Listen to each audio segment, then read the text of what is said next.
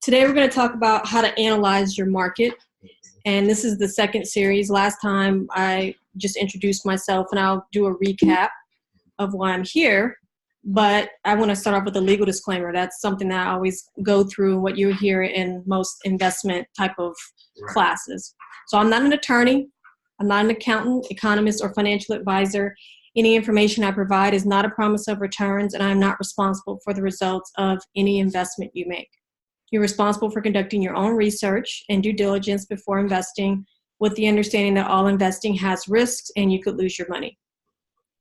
So just a little bit about me. I'm from East Oakland. I grew up in a low-income community, and from then I decided that I wanted to help improve communities through real estate development. So my first job was with Alameda County. It was a government agency, and I provided financing to real estate developers to build affordable housing projects. So I got my first experience heavy on the finance side with mainly new construction and then some acquisition rehab.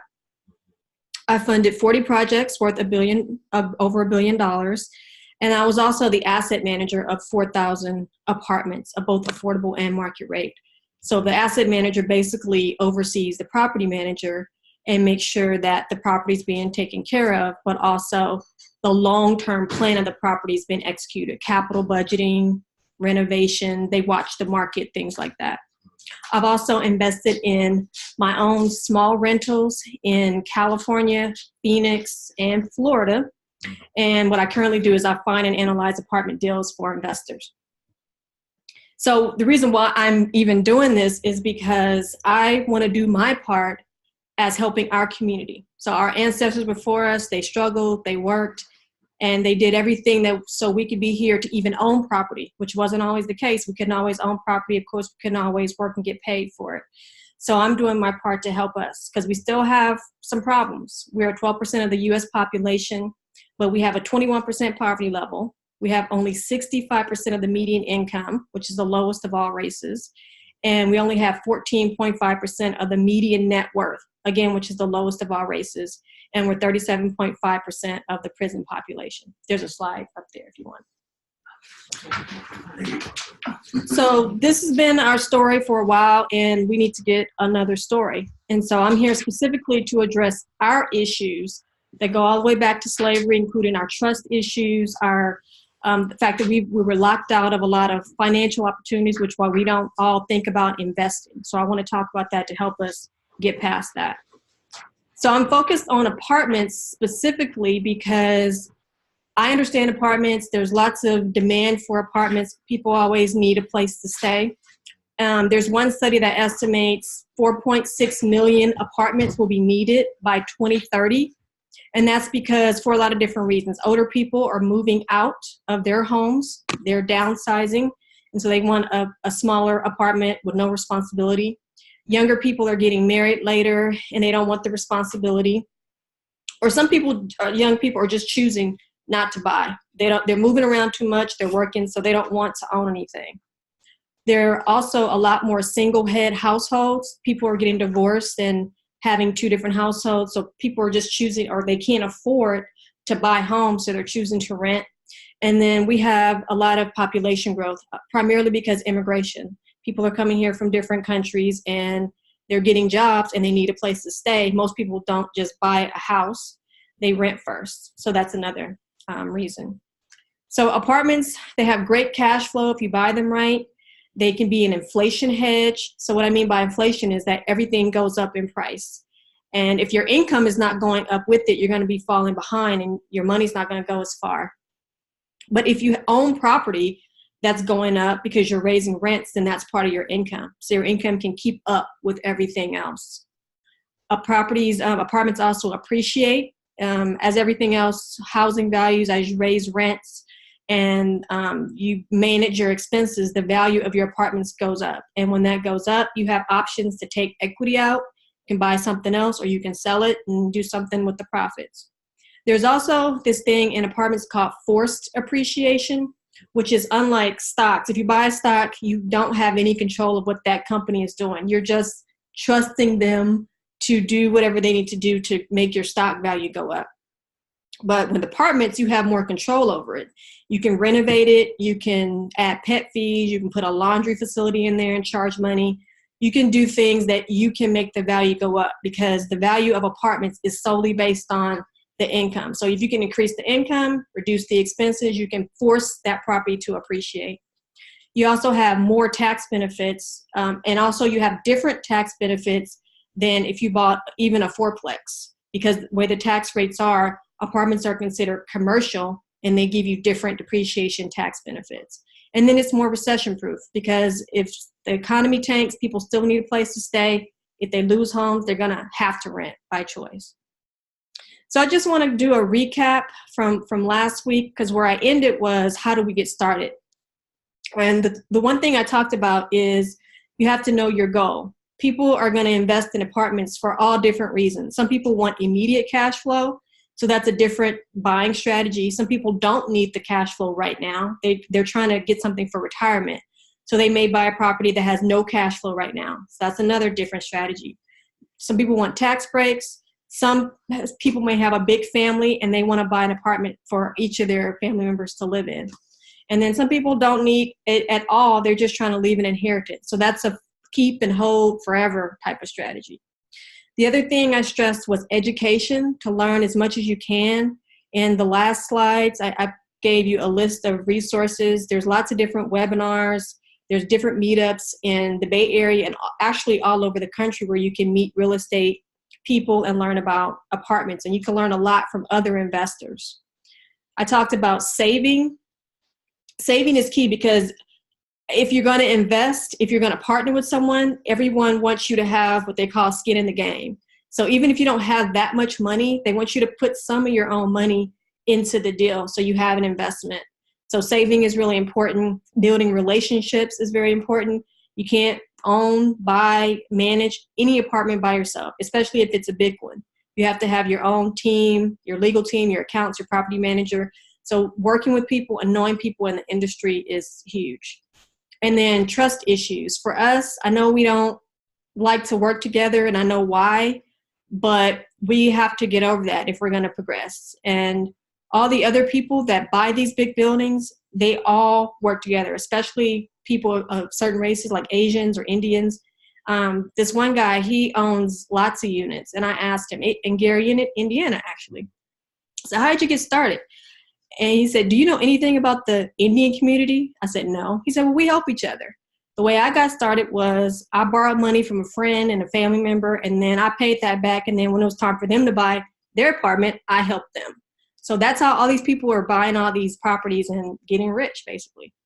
And then the other thing I talked about was sharing info with other people and bringing your kids. It's a generational thing to stop generational poverty. And the earlier you can bring your kids and teenagers, the better. And so here's a list of things I put about saving. Some people said, well, I can't save. But really, we have a lot of expenses that we may not realize we're spending money on that we can save if we really, really wanted to. And just here's a list. Everybody has their own little things that they're spending money on. But if you really, really are focused on your goal, you might have to make some sacrifices on the money temporarily until you have enough money to invest. Okay, and then the overcoming trust issues is going to be huge. I'm always going to talk about working together. I'm going to talk about reliability. And my commitment is I want to be cognizant of the fact that we do have trust issues. I don't believe in CP time. I start on time because it is the thing that I said. I'm going to start at a certain time, and I want to keep to that, and I want to respect other people's time.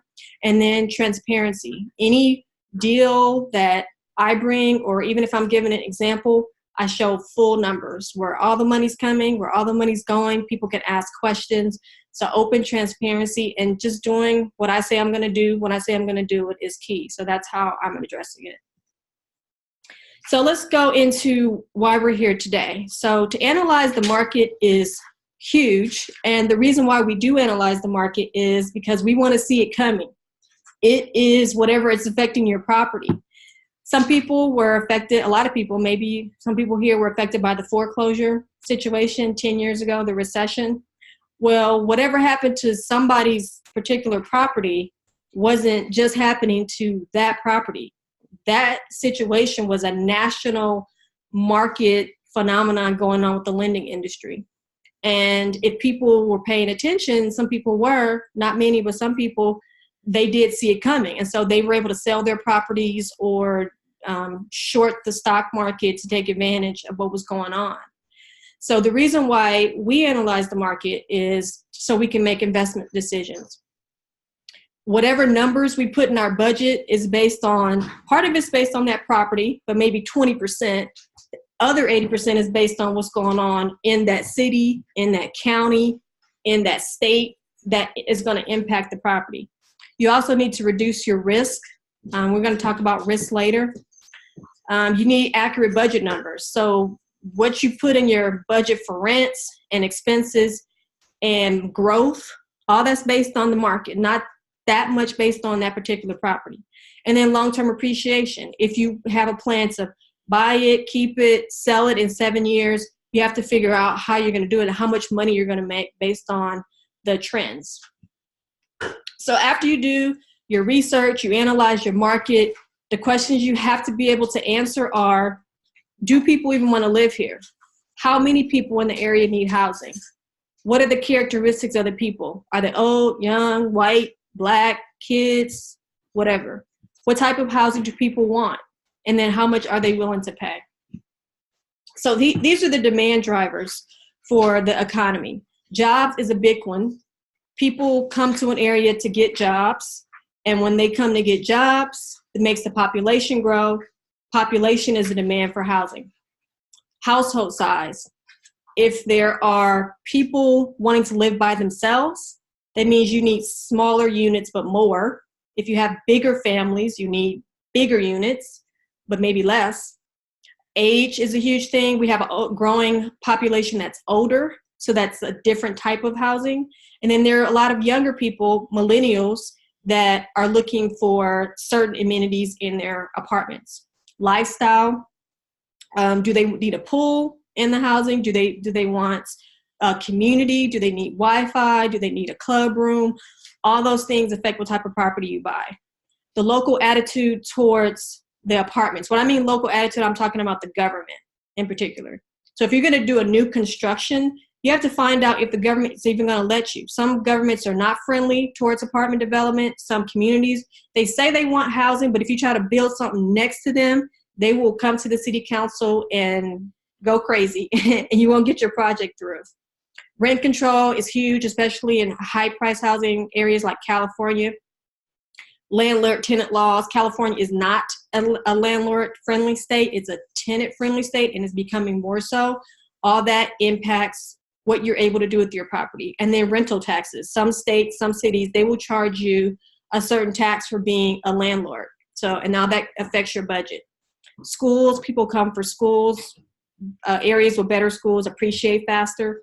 Transportation and accessibility. So this is for people who, not only for working, but just getting around. If people need to go to the store or whatever, your property is going to do better if it's closer to those things.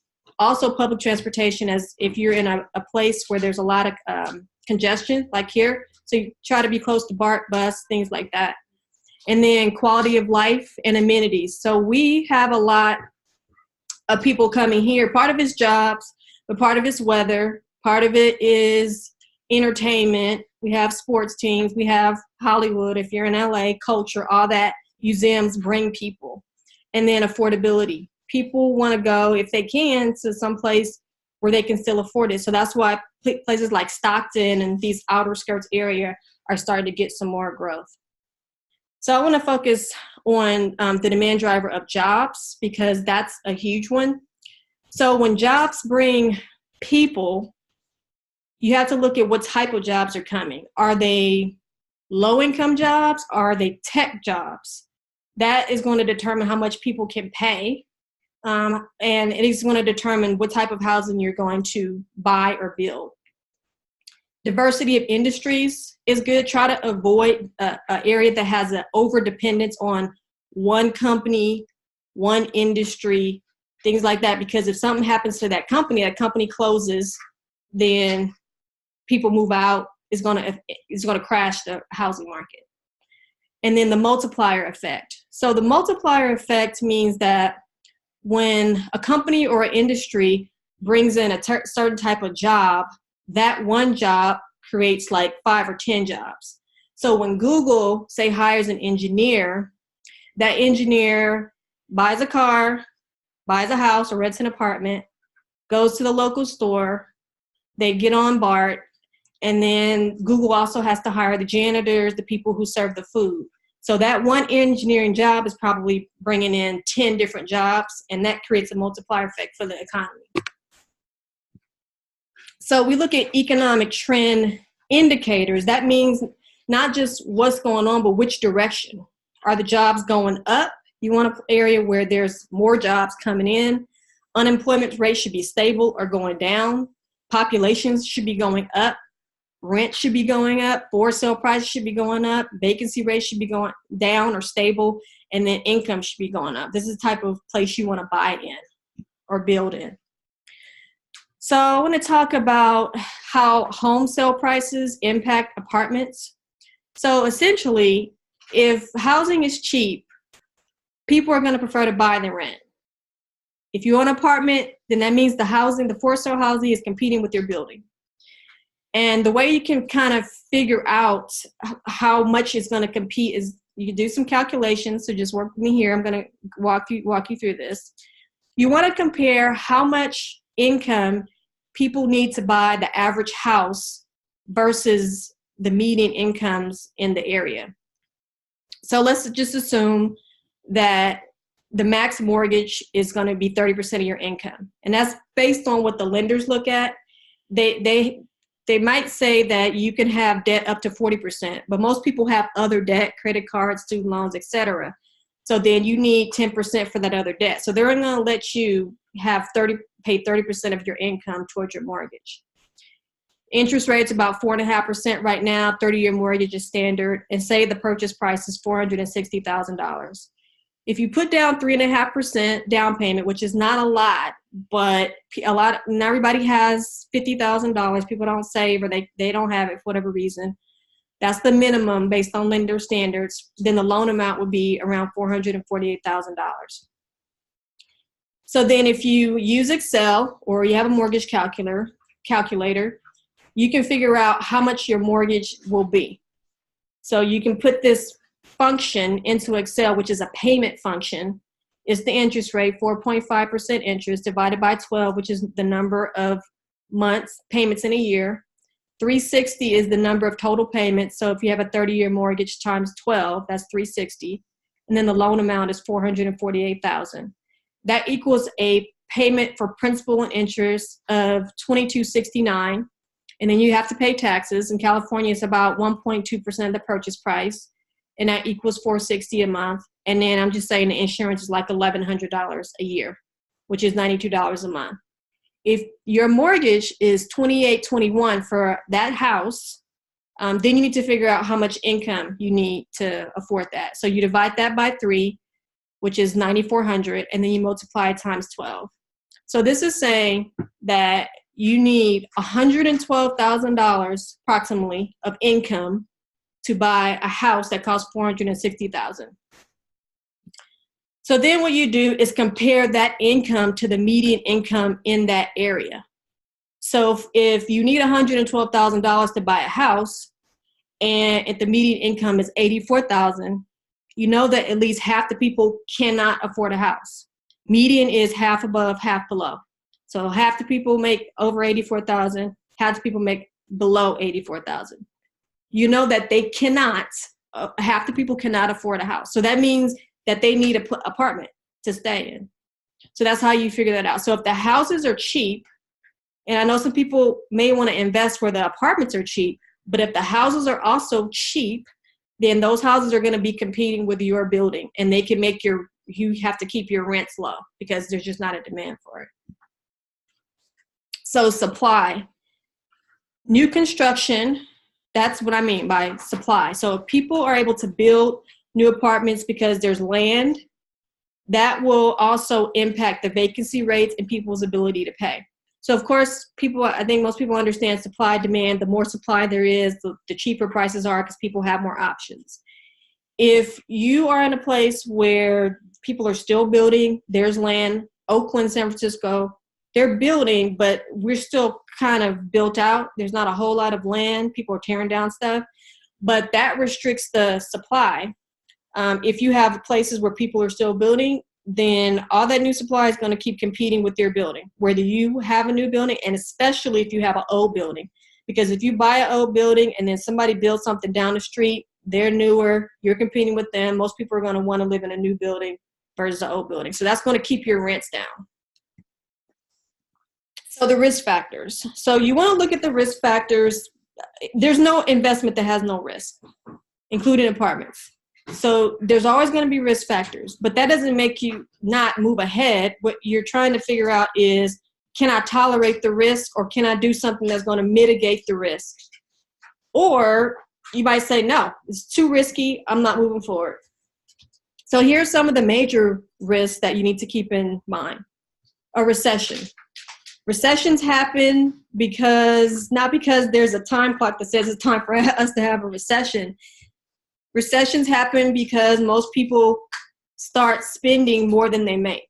That's what happened in the 30s. That's what happened in 2008. People got in over their head, and we have a lot of debt right now. People are spending. Student loan debt is the highest it's ever been. So we might possibly have a recession. Who knows? But what happens when you have a recession is that when people pull back their spending because they have to pay off their debt they receive. That's what another word for pullback is. And then when they stop spending at these stores, and those people who are depending on that income, they stop spending on wherever they're spending. And then it creates a multiplier effect where people just stop spending. And then when people stop spending, companies go out of business. And then that affects people's ability to pay their rent. Major employer leaves. That's huge. That could happen. Your rents are lower than expected not because there's a recession, just because you made a mistake or it slowed down or a new building came on board right after you bought yours and you didn't know it was happening. Your expenses are higher than expected in government regulations. So here, especially in California, we need to be careful of rent control. It seems like every 6 months that's on some ballot to have rent control. And then landlord-tenant regulations, and then new supply. So here are some of the things that you can do to manage these risks. For a recession, you need to go into it not borrowing up to the max. So even if the lender says they'll give you 80% of your value, maybe just do 65%. Just put your numbers at 65%. So just in case that people start losing their jobs and they can't pay, then you could still have enough money to pay your mortgage because you didn't leverage up to the hilt. And if you don't leverage up to the hilt, then you have safety. But if you don't, then the bank has power, if you don't pay your mortgage, of course, to step in and take your building. Have operating reserves at 6 months of your expenses, including your mortgage. That's kind of a rule of thumb to put in your budget. And if you have lower rents, have the operating reserve. And then try to find ways to increase your revenue. So your rents are your rents that you're getting, but you can do other things to increase your revenue. You can put a laundry facility in. That's more revenue. You can charge people pet fees. Apartment buildings, they charge cell phone companies. They let them put stuff on their roof, and they charge them a leasing fee for doing that. So there's other ways to gain revenue in addition to what your tenants are paying you. If your expenses are higher, again, operating reserves to get you through that period. Rent control or new landlord-tenant regulations. So because rent control, they try to cap the growth. They try to cap the rent after people move in. They try to say you can only raise the rent 1%, 2%, whatever, not the whole what the market tells you. So just because we're in an environment like that, I would go into it underestimating my rent growth. So if I think the market will let me go up 5%, but I'm in an environment where I might get rent control, then I might just put 1 or 2% in my projections just to be safe. And then new supply. Again, have your operating reserves to get you through that period to cover your bills. And then again, underestimate your rent growth because the new supply restricts your rent growth because people have more option, and it oppresses the prices. So where do you get all this data? Most of it comes from the government. The U.S. government census, they collect a lot of information. They also collect information on employment, both at the federal level and the state level. Zillow has some data. The local government, wherever you're buying, their economic development department and their planning department, is their job to keep up with data, because it's their job to bring in investors and to keep investors for the tax base. So I always call the city and say, hey, I'm looking to invest. What's going on in your community? And they should tell me who's living there, what are the issues, things that maybe the data can't tell you because they live there and they know. So that's another good source. Okay, so let's go through an example, a real life example of how to do a market analysis. So let's look at the city of Fairfield. So here's data that I got from those sources I was telling you about. UNK means unknown. That means the data is not available, but it's okay. I don't need to know every single thing. I just need to know the trends in general, what's going on there. So the population in Fairfield is growing. From 2000 to 2019, it grew 21%. And then the county, the Solano County, they do all these statistics and data collection. So they have a report that says it's supposed to keep growing like another 6% in 5 years. Their median income, rents, and house values have all gone up tremendously. The income has gone up 64% since 2000. The rents have gone up 125% since 2000. Their house prices have gone up 145% since 2000. And they're expected to keep going because people are moving there. They could still work in the Bay Area and Sacramento and still live there. It's not a terrible commute. So that's what's going on there. It's mostly owner, people mostly own there. They're still building a lot of houses, so it's 60-40 ownership. They have a low vacancy rate of 3%, low unemployment rate of 4.1%. Pretty young population in the 30s, average age. And then at the bottom, I put the 1 to 2 person households. I'm looking at that because it's telling me like how big are the units do I want. If there's 46 or 47% of the people, there's only 1 or 2 people living in the house, that's probably going to be 1 bedrooms, 2 bedroom units. And then also the people over 60%, right now it's 20%, it's expected to go up to 22% in 5 years. That means that population is getting older. So if I were going to invest in apartments, I might look at something for younger people in the 30s, 1 to 2 bedrooms, or maybe senior housing. And then they don't have a lot of building supply right now for apartments. They mostly build houses. They have lots of house builders out there. So they still have a demand for apartments, but they're not building as much right now. So the advantages of Fairfield are they're growing. They have a growing economy. Their GDP, which is how fast their economy is growing, so sales, services, goods and services that they sell, is going from 3%, has grown 3% from 2012 to 2017 in the Vallejo Fairfield area. They do not have rent control. Their housing is still affordable, which is drawing people. They're within 40 minutes of the job center, Sacramento and San Francisco. They have 2 golf courses. They have parks and trails. They have an aquatic center. The city is development friendly, which is they want people to develop. They're trying to get people to develop because it's still depressed in some areas, mostly the downtown. So they're trying to make it easier for people who want to build things. And then they also have some senior centers. More advantages are it's near I-80. They have transportation. They have 2 train stations that go from San Jose to Sacramento. And they're also near Vallejo that has the ferry to San Francisco. They're within an hour of major casinos, 2.5 hours from Tahoe and Reno. They have a mall. They have a Walmart. They're near the Vacaville outlets. They're also near some waterfronts. So Vallejo and Suisun both have waterfronts. They have a lot of wineries, and they're also near Sonoma County, which has more wineries. They do have a demand for apartments, but they're not building a lot right now. And then they have a commuter workforce, which means that people are, the economy is not as dependent on the jobs that are there. So for some reason they lose jobs, it's not going to hurt them that much because most people are already commuting anyway. They're coming from San Francisco. And then Solano County projects that most of the job growth in the county will be in Fairfield coming up in the next 5 years.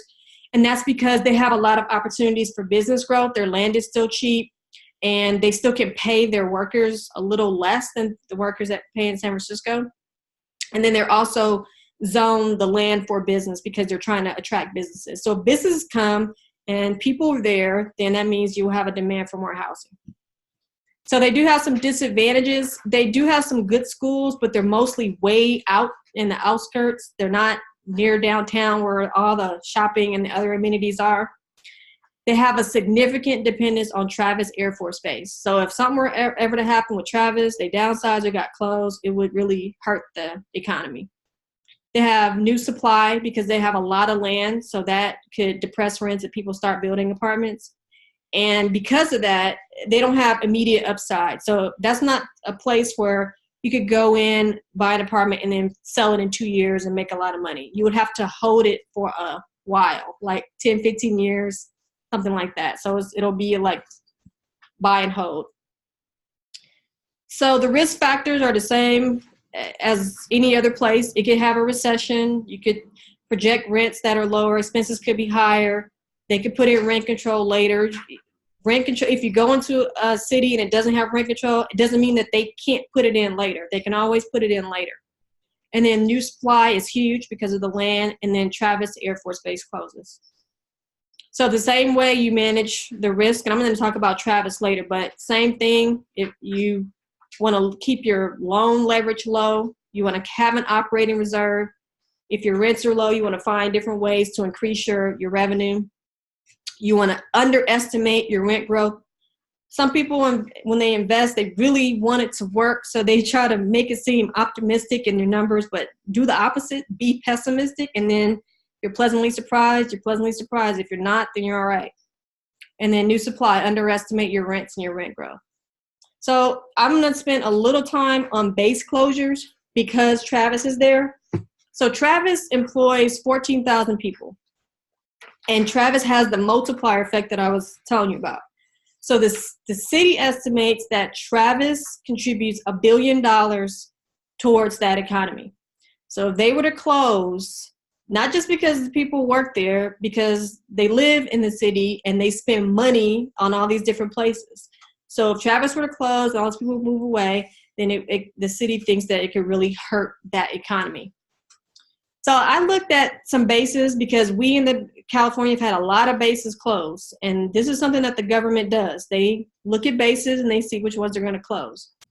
So this is just a few in the Bay Area. We've had a lot more than this, but I looked at what's happened to the housing market in these areas where these bases closed. So Alameda, Hamilton, Oakland, Alameda Industrial Supply, Mare Island, which is in Vallejo, and Treasure Island, which is in San Francisco. The military, they will announce when the bases close, and as you see, they don't close them right away. They don't even close within the year. They might take 6 years, it might take 3 years to close. But I want to look at what happened to the population. Did everybody move out and the housing market crash? So in Alameda, it looks like that's the only area that lost population. The population I looked at 1990, which is before it closed, and 2000. After it closed. So they lost 5% population, but their housing and their rents didn't go down. They actually went up. And maybe that's because they're in an area that has pressure to make their housing and rents go up. And then the other ones, they all gained population, and everyone except Vallejo and Merritt Island had their housing prices go up at least 21%. And then the rents all went up. So it doesn't look like the bases are having that much of a significant impact on the housing market. So what we can learn from base closures are the ones that I looked at don't impact the housing costs that much. And then what happens with bases is they end up selling to the city anyway, and then they end up getting redeveloped. So they may lay vacant for a while, but then they end up getting houses and retail and stuff back on it, but it may take 20 years. Like Alameda is still not redeveloped. Part of it is, but a lot of it's still like abandoned hangars out there. So who knows? And then base closures happen regularly. This is something that the government does. They've closed over 350, so it could happen.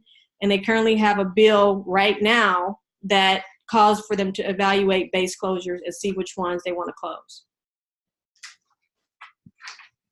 So I want to deviate and talk about Detroit for a second, because I'm trying to get people to understand how important Travis is to this economy. So Detroit, in 1950, their population was 1.8 million. In 2007, it was 773,000. Their rents, as you can see, from 1960, 1990 to 2012 went up very, very slightly, only $657 of rent increases over almost 60 years. And their median house price as of 2017 was only $42,000 compared to $193,000 of the whole United States. So what happened with Detroit was that their car manufacturing industry declined in the 60s and the 70s. People started moving out, and it totally depressed their housing market. So that's what we don't want to happen. They had an overdependence on one industry that impacted their whole housing market and has impacted it for 60 years. So here, that might not happen. I mean, if the tech industry shut down, it probably could still carry on, because I don't know if people remember NUMMI that shut down. That didn't really affect Fremont too much because we are surrounded by a lot of other industries. We have healthcare, we have government, we have military. But if you're over dependent on one company, one industry, this is what can happen. So we do need a contingency plan if we were going to invest in Fairfield if Travis closes. So if the military says we're going to close Travis, I would immediately start putting money into a reserve so you can have at least 2 years of your expenses covered to get you through whatever may happen once the base closes. And then you could start accepting lower income tenants with Section 8. And what happens when a recession, when things get bad enough, the government always steps in. They usually fund programs like Section 8. So even if people are uncomfortable with that, that is sometimes where the money is to get you through hard times. So it's a strategy. So I'm done with Fairfield. And in summary, it seems like a good place to invest in apartments. You just have to have a plan for if people start building more or if Travis closes. But overall, it seems like it's in a good area. Here's some more education resources. I put these in the last one.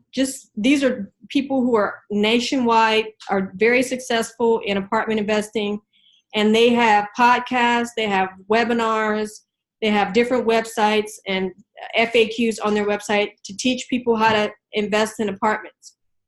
And they also partner with people too. If your deal looks good to them, they might partner with you. So I really encourage people to try to get more education. The more you hear it, the more you're comfortable with it, the less fear you have investing in it. And then these are some other things that you can actually subscribe to that they can come to you. So Yardi Matrix, they do different reports. They do national apartment research on all the major apartment communities, like where the rent growth is, where things are slowing down, et cetera, and they can send it to you automatically every month. Multifamily Insiders, you can subscribe to their blog. That is more like day-to-day management. So they have a lot of property managers giving you hints on how to manage your property. And then NREI Online, they have news articles about what's going on in real estate nationwide.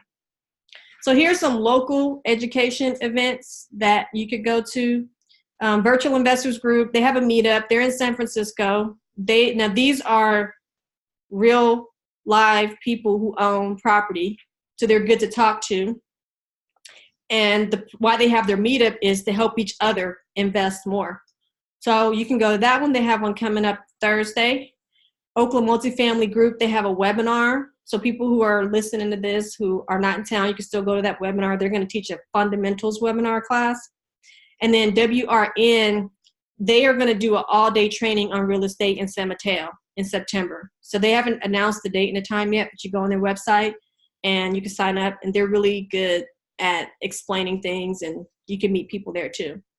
And then Oakland Investment Real Estate Group, Infinity Investments, Steve Peterson, he's actually a Black commercial broker in apartments in the Bay Area.